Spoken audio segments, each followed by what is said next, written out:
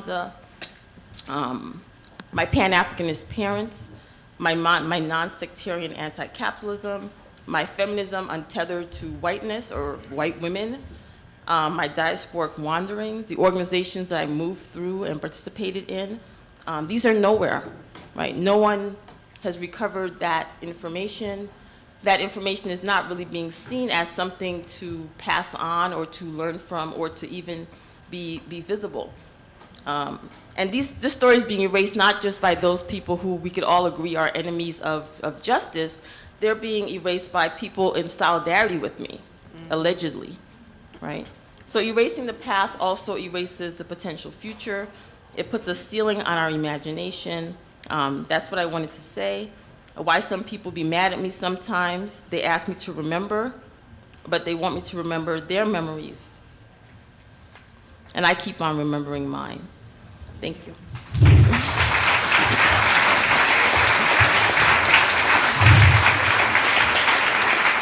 Thank you, Robin. Now we're going to ask Jason Perez to bring us up to contemporary current day activism. Jason is a Chicago-born organizer, parent. He's a member of the rap group BBU and a self-described third world liberation romantic. He's a former labor organizer with SEIU Local 73, and currently he serves as the national co-chair of the BYP 100, which is the Black Youth Project's nationwide network of over 100 young Black activists. Jason? Thank you.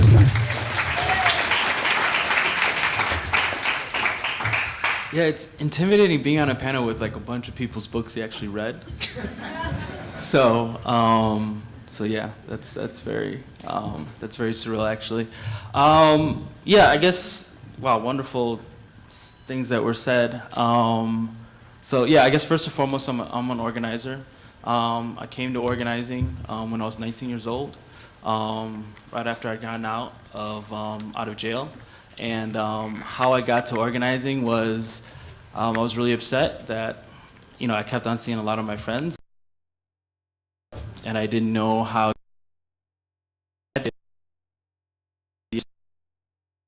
through, you know, great men. You know, we just need our great man to come through into some form of like whether it was Martin Luther King or Malcolm X, and then things would change and then they'd be for the better. I just had to find an organization with a great man. And so luckily, I got to have the opportunity to organize with an organization called Southwest Youth Collaborative. And I actually learned this idea of, shout out to Southwest Youth Collaborative. One of their main organizers, Charity Tolliver, is right over there. So just to put her on blast. And so I think from there I learned that actually it's not great people, it's not great men that actually lead to moments of social movement building and also contentious politics and times when like our whole country changes and the political outcomes change, but it's due to bottom-up direct action organizing.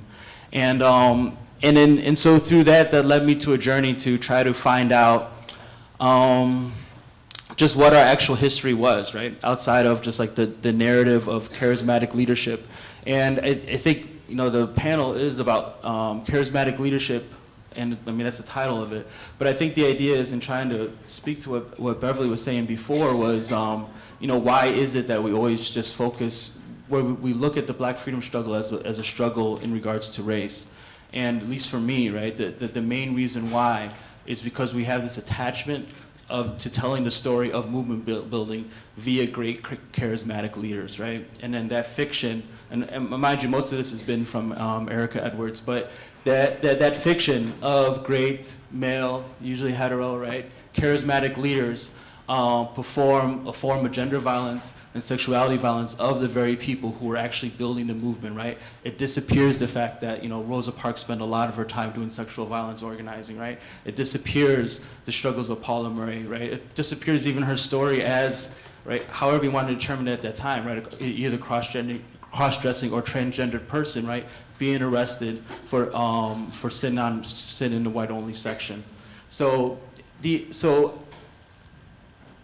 at least for me, I think the idea of trying to move away from charismatic leadership, it runs into a problem, right? It's like, how do you tell than the stories of movement building, right? And how do you tell those stories on the ground, right? Because you can't give, a lot of times you can't give young folks and you can't give people 5 books to read and say, hey, this is how, this is how you do it. And also, how do you disrupt the kind of the idea and the story that, you see in barbershops and you see on T-shirts, right? Which is, Martin, Malcolm, and then Barack Obama. And so you gotta like try to figure out a way to disrupt that, right? And so I think it does the best some of the ways to disrupt that is returning to this idea of organization, right? The importance of organization to movement building. And that when you start looking at these stories of what black women were doing, right, at the time they were building organization, right, that Ella Baker was in the South working for NAACP, building chapters in NAACP. So what does that mean? That a lot of those chapters that are still in the South that NAACP gets dues from are chapters that Ella Baker helped build and are still being sustained to this day. That when you look at Bayard Rustin, right, if we just move from Bayard Rustin, the godfather of the March on Washington, and bringing it all together. But if you look at Bayard Rustin as not a speaker and orator, but as a trainer of folks across the country in terms of nonviolent civil disobedience, right? And that he touched tons of people in that way, and that that he was doing that as part of an organizational commitment to political education and skill building. Then you start getting to see, you're telling a different story, but you're starting to see a different story of how social movements actually get built, and how then you can start arguing that this is actually how change happens, this is how change occurs. Yeah, that's all I got. Thank you, Jason. And last but not least, Kathy Cohen, who's a scholar activist. She's a professor of political science at the University of Chicago, an author, and she's also the founder and principal investigator of the Black Youth Project. Trace. Hey.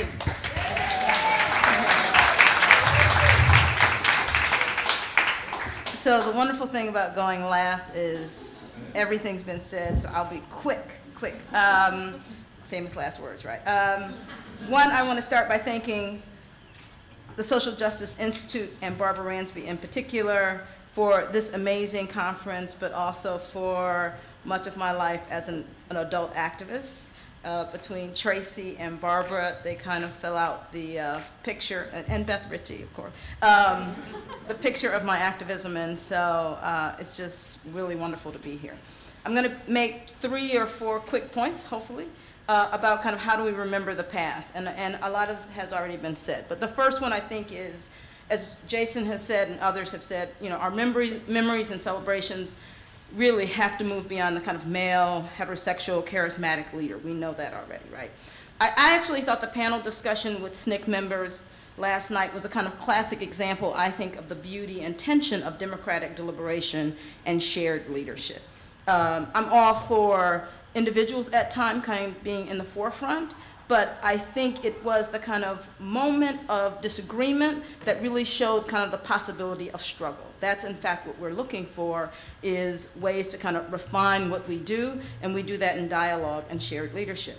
I think one need only raise up, for example, Ella Baker, we've talked about her already, to underscore the significance of a kind of different model of leadership. We all learned from Barbara's book, Ella Baker and the Black Freedom Movement, that Ms. Baker's career as an activist spanned for 4 decades, right? She is no doubt, I think, or was no doubt, one of the most influential and effective leaders of the 20th century. And that is not an understatement, I don't think. And while most of us know who Ella Baker is, most people do not, right? And that, I think, is on us about the kind of public education and the centering of the types of stories we have to do, as in fact Jason said, we build movements. Hers was a style of leadership that was supportive, that encouraged the leadership, for example, of others, instead of seeking the limelight. Hers was a leadership that was about, in fact, building organizations instead of building people, right? And so as we think about the canon of what we might call kind of the Black Freedom Movement, let me start by saying I love and respect SNCC, always will, but I also love and respect the Combahee River Collective, the National Welfare Rights Organization, right? The National Black Feminist Organization, Kitchen Table Press. We can go on. And I think we have to kind of raise up those names to understand and kind of fill out what we mean by the Black freedom struggle. Okay, second point really quickly. I think there is a way in which, and these 2 points, this is 2 and 3 together. They may not make sense, but we'll try. That we have to recenter struggles around sexuality, intimacy, family, and I might say desire in our narratives of the Black freedom struggle. Now, one very easy way is, in fact, we have to insert certain names in our discussions of who kind of fills out our history. People like Cheryl Clark, Barbara Smith, Bayard Rustin, Joe Beam, Audre Lorde. We've heard those names before, but I want to kind of push past that and say that even when we kind of expand and examine our history, we have to think more about commitments than just bodies. And what I mean by that is, I think in an attempt to expand the history, we've often kind of referred or kind of gestured towards identities, or I might call them bodies, instead of people's actual politics, strategies, and commitments. So for example, if we look at the 1990s and we look at the kind of struggle around AIDS, I believe, for example, if we take people like Craig Harris and Essex Hemphill, who I think names have to be raised up, because they were amazing organizers and activists, right, who did some of the first, and maybe for me at least in my life, most important intersectional political work that I had seen, right? They were bringing together as organizers injection drug users, sex workers, Black gay men, and Black men who slept with men, right? So it wasn't just the kind of theory of intersectional work, it was the practice of intersectional work. It is the thing that we hold up high, but somehow they've been erased from our discussions of what we mean by intersectional Black feminist activist work. The other thing I want to say about this is that I want to remind us that there are moments, in fact, when this work, in fact, was actually radical. It's hard to think about HIV/AIDS work now that has become increasingly professionalized, and that's my point 4 that I won't get to, as a radical moment. But in fact, it was a radical moment. It wasn't just people thinking about how to kind of provide services, but it was, in fact, reimagining our connections as Black people. It was a real intense discussion about who mattered in Black communities. When the kind of civil rights elite that we hold up high now, and I think appropriately, kind of reject, for example, incarceration for a long time because it wasn't on their agenda, they also rejected the people, in fact, who were central to the discussions and the struggles around HIV and AIDS. So we have to decide what is, in fact, the appropriate history that we want to hold up high, who were the central components of our Black freedom struggle, and who matters in terms of our Black community. My third point, am I running out of time, Tracy? You're good. Okay, thanks. The third point in terms of remembering, or rethinking about remembering, is I think, in fact, we have to remember the aspirational nature of movement building and struggle in the Black freedom movement. And what I mean by that is I think sometimes we think about, for example, what the Panthers did in terms of a set of policies, or even the clinics, which were critically important. But I think at this panel, and this conference, we want to think about and look back on how, in fact, folks who have done this struggle already created spaces for people to have thoughts about what freedom might look like. I think sometimes we get so focused on what, in fact, we are struggling against that we forget to create spaces that allow us to reimagine how, in fact, we might relate to each other. What does a kind of reimagined humanity look like? How does sexuality, joy, and desire figure into freedom for us, right? And how do we kind of create those spaces that allow those types of issues that we're not really kind of used to including as part of the civil rights agenda to be central in terms of the civil rights agenda? The last thing I'll say, I think I've gone over my 5 minutes, is I just want us, as we kind of recalibrate and think about this moment, I love the reverence appropriately for the Black people who were in Georgia and Alabama and Mississippi, the local people who kind of drove those struggles, right? The reverence and the respect that we have for those people. I hope we have the same respect for the young Black people who are living on the south and west sides of Chicago, right? Do we have the same reverence and respect for those people? Do we understand them as central to our movements? Do we understand them, in fact, to be the kind of local people who have to drive our organizing? I think there's a lot to learn from what we've done in the past and a lot of work for us to do in the future. Thank you. Thank you. So I'm going to ask the panelists, and everybody doesn't have to respond, but just one question before we open it up to the audience because we're running short on time. So all of us have talked about the gaps in our understanding, the deliberate hiding of the history that's there for us to see, but for ideological purposes has been downplayed, and the importance of having this kind of historical grounding and understanding and analysis of alternative forms of leadership structures, of radical analysis. What are the mechanics of getting this kind of information into our current organizing efforts? Do we see out there models of activism and organizing that is informed by a serious, depthful analysis of the past, our criticisms of the past, as well as our upholding some of the things that we want to carry forward into the future? Who's doing that kind of organizing now? Or what are the possibilities for those of us who are primarily academics to be engaged with movements that are moving in that direction? Well, I wanted to answer that. I think, increasingly as a historian, I feel like a superhero. I feel like it's really important for me to go into communities and to deliver and to learn from the stories that are there and to share knowledge, not because I'm writing a book on this topic, but because it's important to know. So in 2013, I started what I call History for the People, which is an attempt to take the stories, especially of radical Black women, into community-based spaces for education. The first woman that we're working on is Mae Mallory. Mae Mallory who, you say? Right, so Mae Mallory was a radical mother in Harlem who fought for against segregated schools and to get better education for her children. Of course, she becomes visible historically when she becomes connected to a man, Robert Williams. She went to Monroe, North Carolina to work with Robert Williams.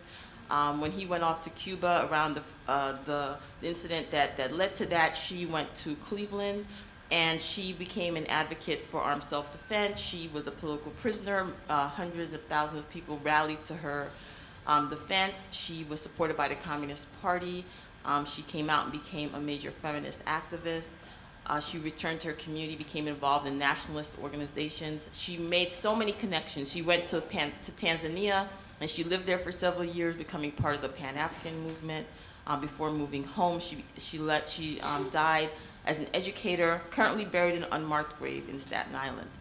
I think that it's really important to take the stories of women like this to communities, especially the communities where they're from, right, to Harlem, to Brooklyn, and to allow people to really see that that sort of activism was there, that sort of clay was there in their communities, and it's there now. So that's what I really think is so important, grassroots history education. I think that we pour over Malcolm X speeches. I think we can move on from that now. I feel like there's many people out there to learn from, not just the big leaders that we learn about. It's time to stop asking Malcolm versus Martin and just ask new questions, discover new people, and to take that information to communities. I'll just mention a few, and some people in this room. I would mention Insight. I would mention Black Women's Blueprint, which is in Brooklyn and has a museum. I would mention Sister Song. I would mention Project South. And that is people doing really important, radical, intersectional work. Yeah, I was just gonna say that. I think it's my contention that work has always been done. I'm 33 now, so I contend that I was actually a product of that type of work. So first and foremost, lifting up Southwest Youth Collaborative, but also the work of Project NIA, also the work of Black Thought, Black Action, and I think, I think in some ways the issue starts becoming that. So if this work is always being done, how come the stories aren't being told? And the idea is that when you're doing that type of work, it's somehow not legible to the broader popular culture, and we have to figure out ways to make it actually legible to everyday folks, but also folks who are telling these stories, and that type of organizing just didn't happen eons ago, but it's happening right now today, and it's still going on, and it's developing young folks. It's why this room is partially filled. I know you didn't want all of us to answer, but okay, since we all answered. I was just gonna say, one of the things that also I've noticed in working closely with the BYP 100 folks is I think there's a tension between wanting results that we can trot out, which are campaigns, and then training young people where they can actually do that work. And I have learned this lesson, trust me, especially dealing with funders. So I think there is also this question of, can we provide enough space and support so that activists, whether they're young or old, can do the kind of training and in-depth knowledge and work that we want them to do to kind of spread this type of popular education. And then are those of us in the academy willing to partner and help kind of recreate the work that we're doing in the academy in a different form outside the academy, so in fact it's accessible and useful to people. So this would just be an answer from an academic, or the perspective as an academic. It would be that those of us who work on contemporary history have an ethical responsibility to the communities that we write about and that we engage with. And so part of what I try to do as a historian who's also an ethnographer is try to take some of the ethical principles that ethnographers at their best use in the way that we do think about history. So that means when I finished my Black Panther manuscript that I sent it to everyone that I talked to, all of the members of the party. I told them I would change nothing of facts, but I would change, not of the interpretation, but I would change the facts if I got them wrong. And they had the ability to get back to me and to read the manuscript before it was complete.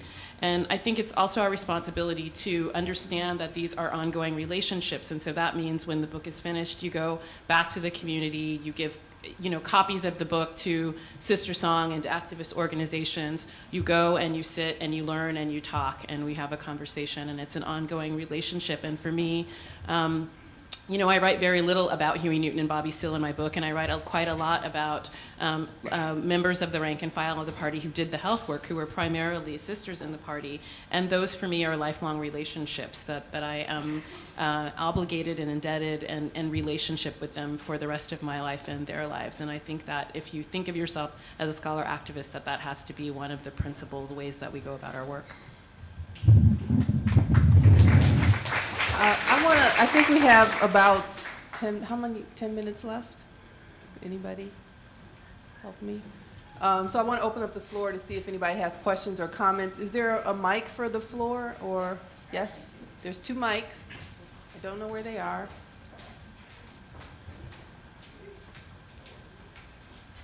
And if you could stand up and state your name, and if you're affiliated with an organization, that would be great.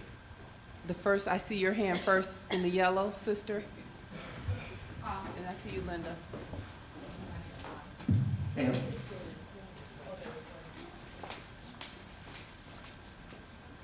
I'm Sandra Audrey from Western Kentucky University in Louisville, Kentucky.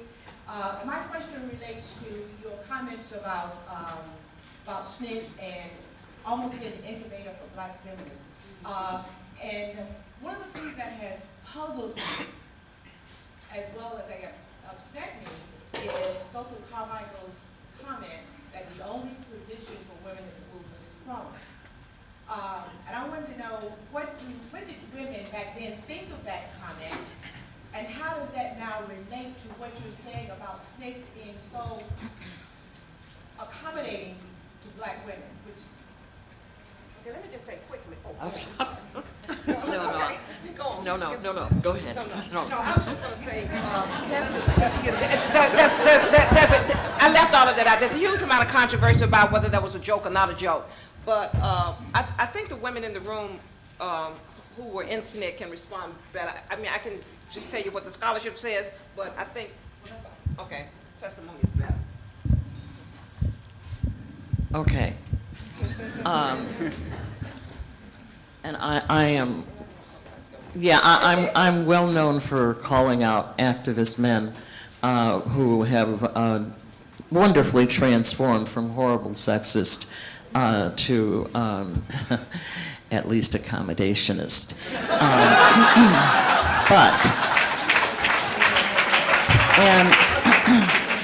My attempt is not to do this. I believe I was there on at least one occasion when that was said, it was said to a room in which there were some of the most extraordinary women in the 20th century. women from whom I learned feminist consciousness. But feminist consciousness is not a pill. It's a process, a developmental process that develops as you interact with sexism. I mean, it's not something you always have. It is something that when a comment like that is made, people think about, well, what is it that I do in this movement? And I think every woman in the room certainly knew that their position was not prone because they were up too many times doing active work, not just in the office, but in the community. Zahara is sitting in the audience. She was a female project director. Muriel Tillinghast, another name that you do not know, but one that is extremely important. She was a female project director, working with men who were very, very dynamic. And I'm going to tell you, I wasn't always an old woman. I was a young woman at the time. And I mean, you know, this was certainly, as a woman, many of these people were very, very attractive. You know, you're young, you're learning who you are as a woman, but you learn that in relationship. If there's no push, there's no pull. And so if someone makes that kind of a statement, then you have to counteract it. And believe me, it was counteracted.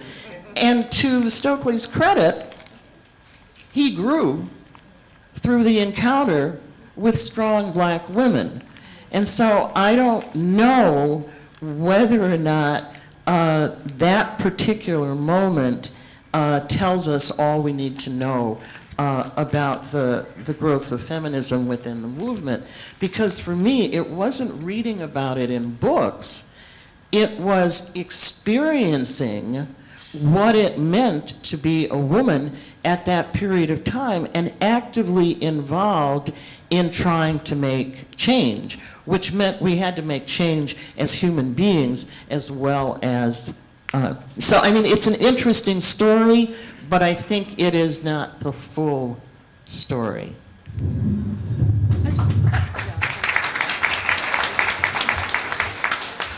I just want to add, I want us to think about, as political thinkers, what it means to invest so much in that one sentence. And I want us to understand the ideological work that goes into making us think that one sentence is important. Everyone in this room has said something that we regret from, or that